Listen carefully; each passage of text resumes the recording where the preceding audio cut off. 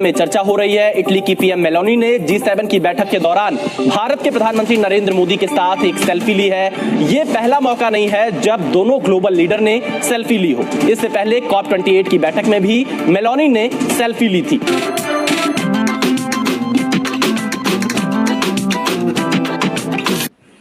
अगर आप prime minister Modi से अगर ये मेलोनी जो इटालियन वो बड़ी फैन है उनकी, चीयर लीडर है। डॉक्टर साहब, वो India seems back in the game जो मैं आपसे बात करना चाहता हूं। तो इंडिया तो चाहिए G8 पहुंचना। आपने कहा अब उसको G7 नहीं G8 होना चाहिए और इंडिया को भी इसमें शामिल हो जाना चाहिए एज ए मेंबर, क्योंकि अब तो 50 मर्तबा कितनी जब से हो रही है इंडिया उसके अंदर शामिल हो रहा है और मोदी साहब भी कई मर्तबा उसके अंदर शामिल हो चुके हैं। तो आपने ये जो बात की, तो क्या आप समझते हैं कि क्योंकि जॉर्जिया मेलोनी तो बड़ी उससे बुलाती हैं और बहुत ज्यादा क्लोज टर्म्स भी हैं, तो ऐसा अगले 1-2 साल में आपको नजर आएगा? Where will India stand? ये दुनिया के लिए बहुत बड़ा चिंतन का विषय है और लोग इसके ऊपर डिस्कशन कर रहे हैं। इसीलिए देव और उनको पता है कि भारत में आज की तारीख में there is a strong leader who will take a decision. तो इंडिया का सीन ऐसा है, because it is the 5th biggest economy, it should automatically be part of G7। जैसा कि चाइना इज G2 तो नहीं आता China, because it is not a democracy, लेकिन इंडिया तो डेमोक्रेसी भी है।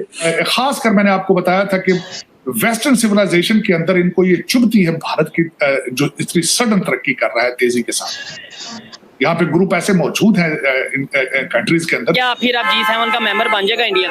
यार ये परमानेंट मेंबर की रिक्वायरमेंट जो है ना, वो रिक्वायरमेंट अचीव कर चुके हुए हैं, उससे बल्कि आगे जा चुके हुए हैं। ठीक है। इस वक्त दुनिया का जो सबसे बड़ा इवेंट है वो इटली में हो रहा है, G7। और ये ताड़ साहब जरा इस पे कमेंट करें कि G7 ने हर मुल्क को ग्लोबल साउथ से बुलाया है। एक तो उन्होंने पाकिस्तान को तो मुंह ही नहीं लगाया, उन्होंने कीनिया को भी बुलाया।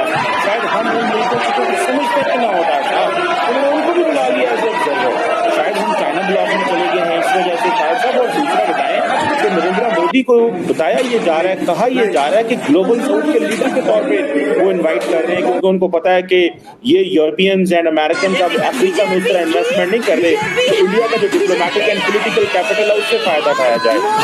भारत इस वक्त जो है, जिस तरह आपने खुद फरमाया है कि ग्लोबल साउथ का एक बात है कि लीडर है, बल्कि मैं तो समझ रहा हूँ कि जिस तरीके से ग्रोथ हो रही है, चाइना की इकोनॉमी स्लगिश है, भारत का जो कंसिस्टेंट उनकी इकोनॉमी जो है उसका ग्राफ अगर देखा जाए तो Bharat has risen from the global south to the top. मेरे ख्याल में जिस तरह सिक्योरिटी काउंसिल में उनकी सीट एक के बाद एक बड़े फैसले ले रहे हैं योगी आदित्यनाथ, इसमें कोई शक ही नहीं। चीमा साहब, मैं कल बल्कि आप बात कर रहा था यूक्रेन के हवाले से, मैंने रिसर्च की कल दिन 1 लाख भारतीय जा रहा है ताइवान में जॉब करने। 120 ताइवानी कंपनियां जो है वर्किंग, वो मक्का मदीना नहीं बकेश्वर है। कंडक्टर जितना ताइवान उस पे उस मोनोपोली थी ऑलमोस्ट उनकी, वो सारा बिजनेस सारे का सारा इंडिया। और आपका क्या ख्याल है, यूरोप या वेस्टर्न सिविलाइजेशन को ये चीजें चुनती नहीं चुनती? और ये उनकी देखें 2 चीजें होती चीमा साहब। तरक्की के लिए बहुत जरूरी एलिमेंट जो है, बहुत जरूरी एलिमेंट है वो आपके कंट्री के अंदर लॉ एंड ऑर्डर और हालात पीसफुल। जहां झगड़े होंगे, दहशतगर्दी होगी, वहां से पैसा भाग जाएगा, कारोबार भाग जाएगा। ये फंडामेंटल। डॉक्टर साहब, ये G7 में अब तो प्राइम मिनिस्टर नरेंद्र मोदी साहब ने बातचीत भी की है, उसमें उन्होंने AI के हवाले से बात की है कि इसको कंस्ट्रक्टिव होना चाहिए, डिस्ट्रक्टिव नहीं होना चाहिए। हमने देखा बड़े जबरदस्त तरीके से उनको वेलकम किया गया। आपने एक बहुत बड़ी बात ये कर दी, आपने कहा अब उसको G7 नहीं G8 होना चाहिए और इंडिया को भी इसमें शामिल हो जाना चाहिए एज ए मेंबर, क्योंकि अब तो 50 मर्तबा कितनी जब से हो रही है इंडिया उसके अंदर शामिल हो रहा है और मोदी साहब भी कई मर्तबा उसके अंदर शामिल हो चुके हैं।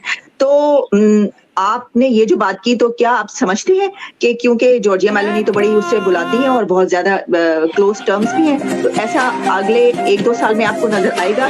या इस मोदी टर्म में, जैसे मैंने कहा कि जैक सलीमान भी वहां पर पहुंच रहे हैं, यानी अब देखिए कि वहां पर लोगों का पहुंचना भी शुरू हो गया है और वहां से समिट्स में शरीक होना भी स्टार्ट हो गया है, तो क्या सिनेरियो बनता हुआ देख रहे हैं सर? G7 की समिट चुनाव में मुझे लगता है सबसे बड़ा चुनाव में इम्पैक्ट जो रहा है 7 इकोनॉमीज, क्योंकि China is not invited, it is top 7 economies which are democracies.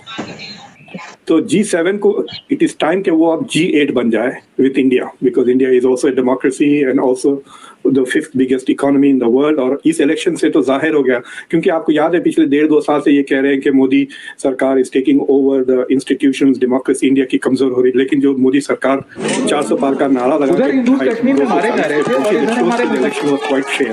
तो इंडिया तो चाहिए G8 पहुंचना। तो इंडिया का सीन ऐसा है, because it is the fifth biggest economy, it should automatically be part of G7। जैसा कि चाइना इज G2 तो नहीं आता China, because it is not a democracy. लेकिन इंडिया तो डेमोक्रेसी भी है, लेकिन because India also plays on the other team, जैसा कि ब्रिक्स, ये दृश्य जैसा कि दिखाते हैं कि SCO, पार्टनर तो ये पूरी तरह से द वेस्ट इज सेइंग ये पूरी तरह से हमारे एजेंडा के साथ अलाइन नहीं है। लेकिन अगर आप प्राइम मिनिस्टर मोदी से अगर ये मेलेनी जो इटालियन, वो बड़ी फैन है उनकी, चीयर लीडर है, अगर वो प्राइम मिनिस्टर मोदी को कंसल्ट करती ना कि what should be the global agenda, तो definitely Ukraine would not have been number 1। अब वो G7 है, क्या ये G8 नहीं बन सकता? मैंने कितनी बड़ी बात की कि 3 मुल्क ऐसे हैं जिनकी इकोनॉमी इंडिया से नीचे है, GDP इंडिया से नीचे है, लेकिन वो G7 के परमानेंट मेंबर हैं। क्या इंडिया उसका मेंबर नहीं बन सकता? इस चीज की समझ नहीं। अच्छा, और एक चीज यहाँ पे मैं कहना चाहूंगा कि भाई ये G7 हो गया, या फिर अगर यूनाइटेड नेशंस की मतलब परमानेंट सीट की अगर बात करें, G20 की बात करें, इसमें मेंबरशिप होना ना होना मैटर नहीं करता। मैटर ये करता है किसी भी कंट्री की डेवलपमेंट किस तरीके से जा रही है, वहाँ की गवर्नमेंट अपनी पब्लिक को किस तरीके से फैसिलिटेट कर रही है, वहाँ पे क्या डेवलपमेंट आगे बढ़ती नजर आ रही है। जैसे उन्होंने ये बोला कि मैं ना में या 10वें नंबर पे इकॉनमी थी, 5वें नंबर पे ले आया, अब तीसरे टर्न्योर में मैं तीसरे नंबर पे और फिर दूसरे नंबर पे लाऊंगा। डॉक्टर साहब, मैं तो जब देखता हूँ कि इंडिया और बाकी ममालिक कितना सीरियस बिजनेस कर रहे हैं दुनिया में, डिस्कशंस हो रही हैं, मुस्तकबिल की बात हो रही है। अभी नरेंद्र मोदी आर्टिफिशियल इंटेलिजेंस की बात कर रहे हैं, मेडिटेरेनियन सी की बात कर रहे हैं, वहाँ पे एनर्जी की बात कर रहे हैं।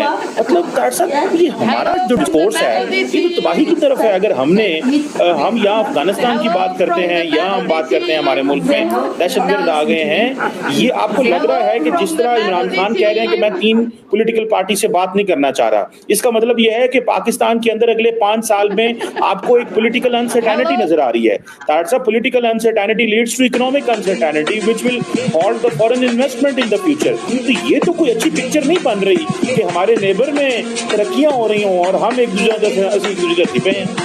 चीमा साहब, मेरा क्वेश्चन ये होगा, आसिम मुनीर साहब ने खुद एक दफा स्टेटमेंट दी थी कि हम अपनी स्मगलिंग बंद हुई है।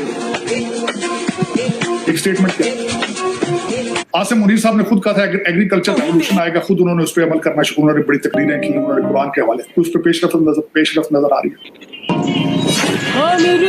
चीमा साहब, बस यही प्रॉब्लम है। और मैंने जिसका बताया कि करप्शन का रेट